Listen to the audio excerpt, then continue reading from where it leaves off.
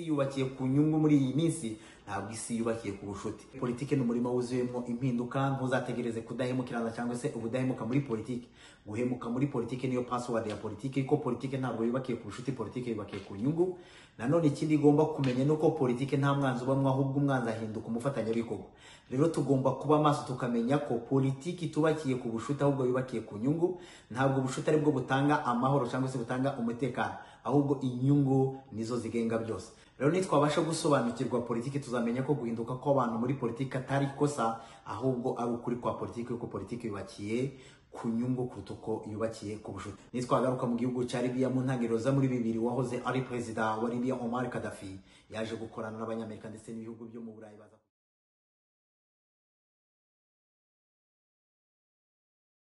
Ibihe byiza kuri mwese mukomeje kudukurikirana kuri Voice of Umulenge. Turizera ko mumeze neza n'abatameze neza nabo turabasabira kuza kumera neza, tukaba twongeye kubaha ikaze mu kiganiro cacu. Kuri microphone ni Andreas, the Voice of Umulenge, aho tugiye kuganira kuri politiki. Ubushize twavuze ko politiki ari urubuga kugira ngo abantu babashe kuba batanga ibitekerezo bitandukanye. Kuba mutabyumva kimwe ntabwo bivuze ko muri abanzi. Politiki twasanze ko idafite abo yagenewe, ahubwo politiki ari umuntu wese ireba.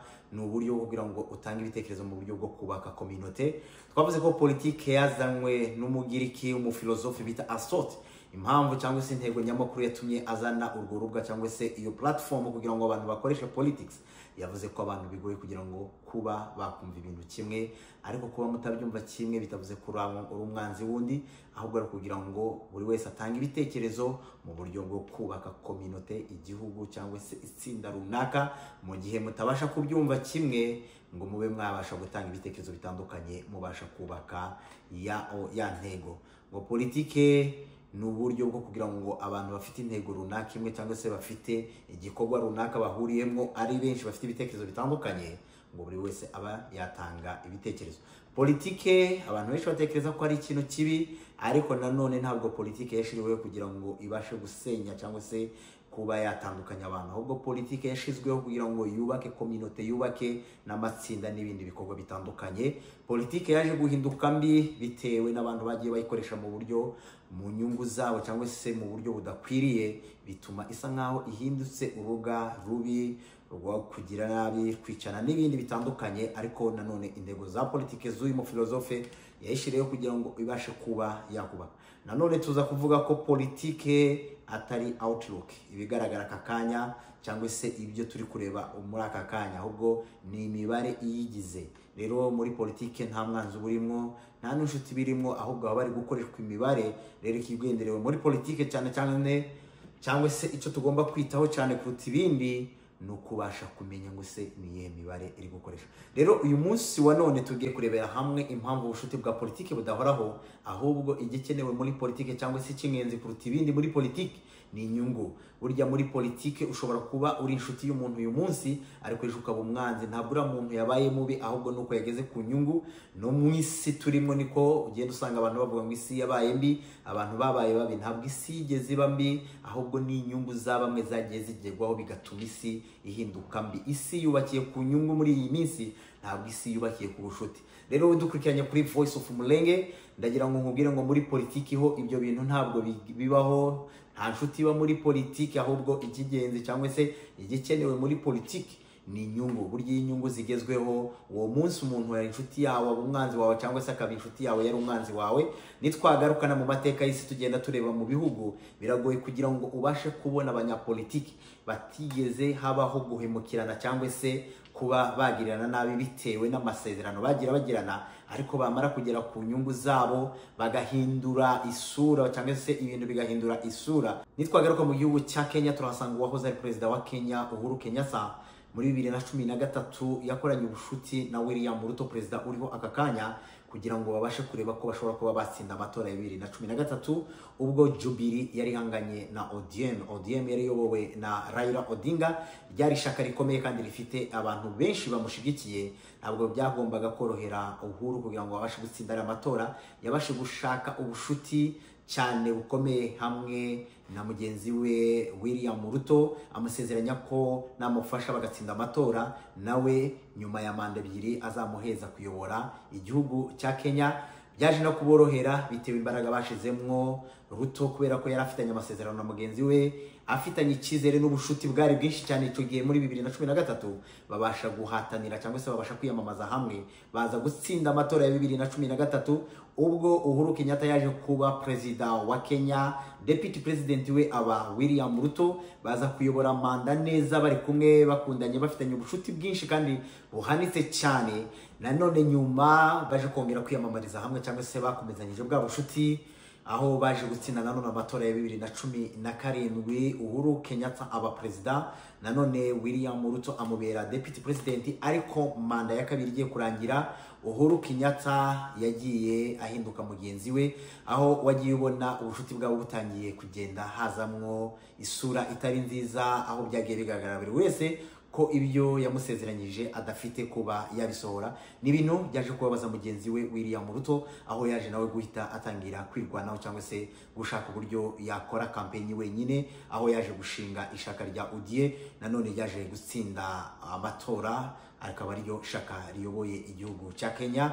Ariko ibi nibyo twarimo tuvuga ngo muri politike ntabwo igikenewe cyane ari ubushuti, ahubwo ikigenderewe ni inyungu. Iyo umugenzi wawe yabasha kugera ku nyungu, ibintu birahindura isura, ukaba waba umwanzi we cyangwa se ukaba waba inshuti yiwe. Rero muri politike ntabwo ubushuti buba bufite agaciro, ahubwo igifite agaciro cyangwa se igikenewe kuruta ibindi ni inyungu, ni inyungu ziba ziri kurebwa. Rero iyo inyungu zihindutse ni ibintu bihindura isura.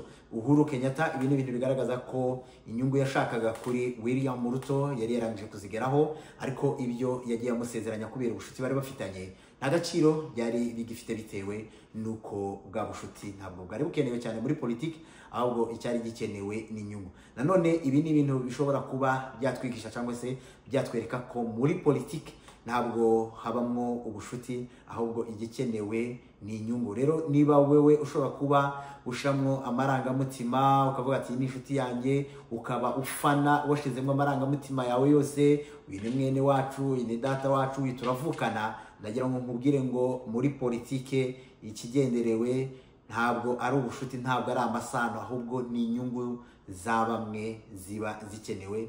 Iyo inyungu zigezweho ibintu bihindura isura. So ikintu ugomba kureba cyane cyangwa se aho ugomba gushira umutima wawe ni ukureba se uyu muntu ugiye kutuyobora ni izihe nyungu tuzamubonaho, ni ikihe, ni ibihe bikorwa azadutwaramo muri development cyangwa se mu buryo bwo kwiyubaka, ni impact azabasha kutuzanira mu gihugu cyangwa se muri community yacu, kuruta uko ushobora kuba wareba ngo iyi ni inshuti yanjye, uyu ni umushuti wanjye, uyu ni umuvandimwe, uyu ni mwene wacu, kuruta uko washiramwe amarangamutima. Muri politike rero igikenewe cyane mbasha kugira ngo kuba nabasha kukumenyesha, hakenewemo inyungu kuruta ubushuti. Rero politike yubakiye ku nyungu, ntabwo yubakiye ku bushuti. Nitwagaruka mu gihugu cya Libya mu ntangiriro za muri 2000, wahoze ari perezida wa Libya Omar Gaddafi yaje gukorana n'abanyamerika ndetse n'ibihugu byo mu Burayi, baza kugirana ubushuti bwinshi bukomeye, baza kugirana n'ibikorwa byinshi bitandukanye bagiye bakorana. Ariko muri 2011 baje kumuhinduka ubwo habayeho Arab Spring, iriya NATO yaje kumuhirika ku butegetsi babifashijwemo n'abanyamerika ndetse n'ibihugu by'i Burayi. Ibi ni ibintu bigaragaza ko muri politiki ubushuti atari bwo bukenewe, ahubwo hakenewemo inyungu. Mu gihe muri politiki bageze ku nyungu zabo baraguhinduka.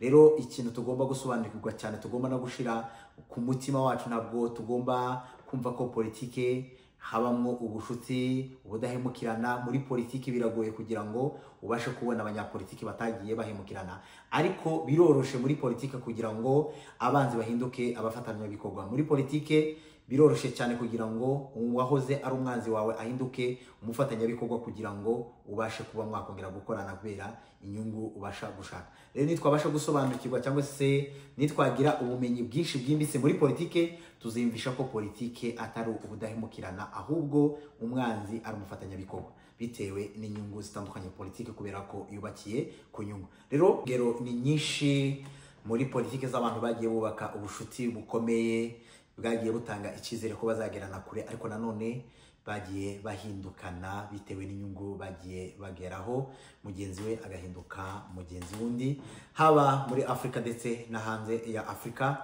ibi ni ibintu bigenda bigaragaza ko politike itubakiye ku nshuti ahubwo yubakiye ku nyungu. Rero ndagira ngo nkubwire wo dukurikiranye kuri Voice of Umulenge, politike n'umurimo wuzuyemo impinduka. Ntuzategereze kudahemukirana cyangwa se ubudahemuka muri politike. Guhemuka muri politike niyo password ya politike, ko politike ntabwo yubakiye ku nshuti, politike yubakiye ku nyungu. Nanone ikindi igomba kumenya nuko politike nta mwanzi ubamwe, ahubwo umwanzi ahinduka umufatanyabikorwa. Rero tugomba kuba maso tukamenya ko politiki itubakiye ku bushuti ahubwo yubakiye ku nyungu. Ntabwo ubushuti ari bwo butanga amahoro cyangwa se butanga umutekano, ahubwo inyungu nizo zigenga byose. Rero nitwabasha gusobanukirwa politiki, tuzamenya ko guhinduka kw'abantu muri politiki atari kosa, ahubwo ari ukuri kwa politiki, ko politiki yubakiye ku nyungu kuruta uko yubakiye ku bushuti. Rero ndagira ngo nkubwire wo dukurikiranye kuri Voice of Umulenge, tugomba gukura amarangamutima muri politiki, tukamenya ko politiki atari mwene wacu, atari kimenyane, yuko ntabwo ari fanatisme nk'uko dufana imipira Arsenal, Chelsea, Manchester. Biriya ni ibintu bizamura amarangamutima ariko bidashobora kuba byatwafectinga, ariko politiki ni ikintu cyafectinga ubuzima bwacu uyu munsi ndetse n'ubuzaza. Tugomba rero kumenya ko muri politiki tugomba gushakisha cyane inyungu kuruta uko dushakisha kuba tuziranye ari mwene wacu, tukamenya revolution tugiye kujyamwo, tukaba twifiteho amakuru. Ibiri kintu kimwe cyose tugiye kuba twakwinjiramo impinduka izo zose, tukareba hirya no hino, tukaba dufite ubumenyi buhagije, tukamenya ngo ese ibi bintu biradukura he, biratujyana he, biratugeza he, ni izihe nyungu. Nanone tugasobanukirwa ko muri politike nta bushuti bubamwo. Rero ni wicara wumva ko uyu ni mwene wacu ntashobora kumpemukira, uzatungirwa. Password ya politike ni uguhemuka, ahubwo uwari umwanzi niwe uhinduka umufatanyabikorwa bitewe n'inyungu ziriho. Rero muri politike ikigenderewe cyane ni ukubasha kuyisobanukirwa, tukamenya ko politike ari inyungu. Nanone nitwagaruka ku isi ya none, aho abantu bagenda bavuga ngo isi yarahindutse yabaye mbi, ndagira ngo nkubwire ngo isi ntabwo yahindutse, ahubwo isi ya none iyobowe n'inyungu. Umuntu namara kugera ku nyungu ze ahindura imitekerereze yiwe. Rero isi ikeneye inyungu kuruta ko ikeneye ubushuti. Rero dusoza ndagira ngo nkubaze wowe dukurikiranye kuri Voice of Umulenge, ese muri politike wemera ko nta bushuti burambye bubamwo, cyangwa se wewe hari abantu wabuzi bagaragaje ubudahemukirana n'ubunyangamugayo kugeza ku musozo? Wabidusangiza muri comment kugira ngo abadukurikiranye kuri Voice of Umulenge barusheho kuba basobanukirwa. Rero turagushimiye wowe warubanye natwe mu kiganiro cya Voice of Umulenge, tukaba tubasaba ko mwakora subscribe, share and comment kugira ngo tuzagende tubana namwe mu butaha. Imana ikomeze ibane namwe.